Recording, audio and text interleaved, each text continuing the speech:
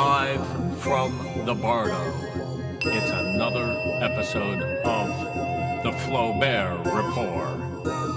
All the news you never heard before.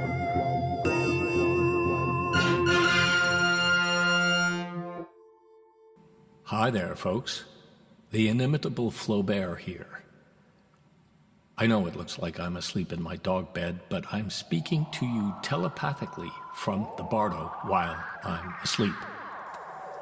Today, I, Flaubert, am continuing my report about my exasperating search for full enlightenment. We were gathered together in luminous room 24, myself and the enlightened one. O illustrious enlightened one, I said, why then wilt thou not enlighten me?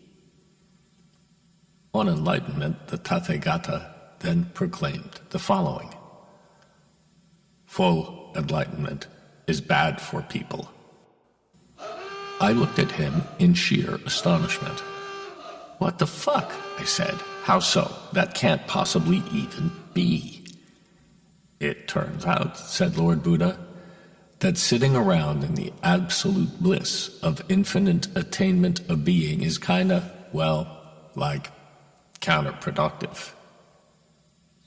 Counterproductive?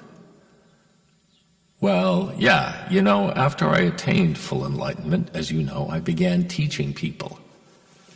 While I was still stuck down there in hell trying to get my passport renewed, mind you. Damn, Lord Buddha slapped his knee. You never told me about that.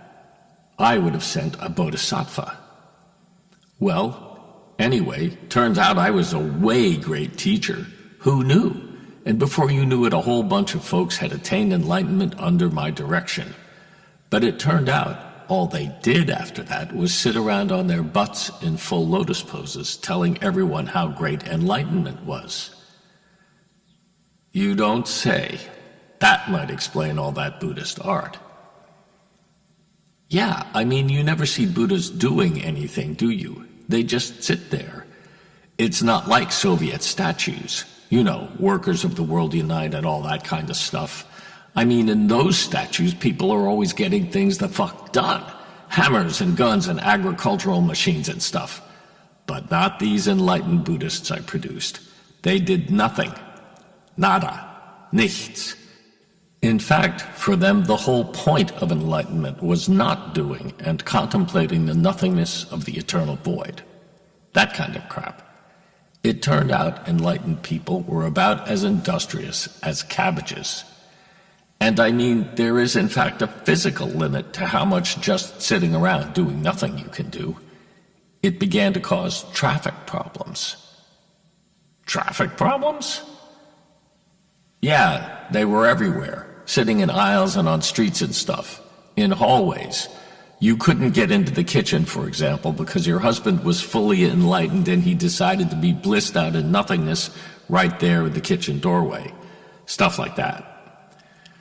I see, I replied. But what does all this specifically have to do with me? I mean, I'm little. I don't take up that much space. I can't even sit in a proper full lotus pose because I'm a dog. So it seems to me I'm like very low risk as far as a prospect goes when it comes to enlightenment.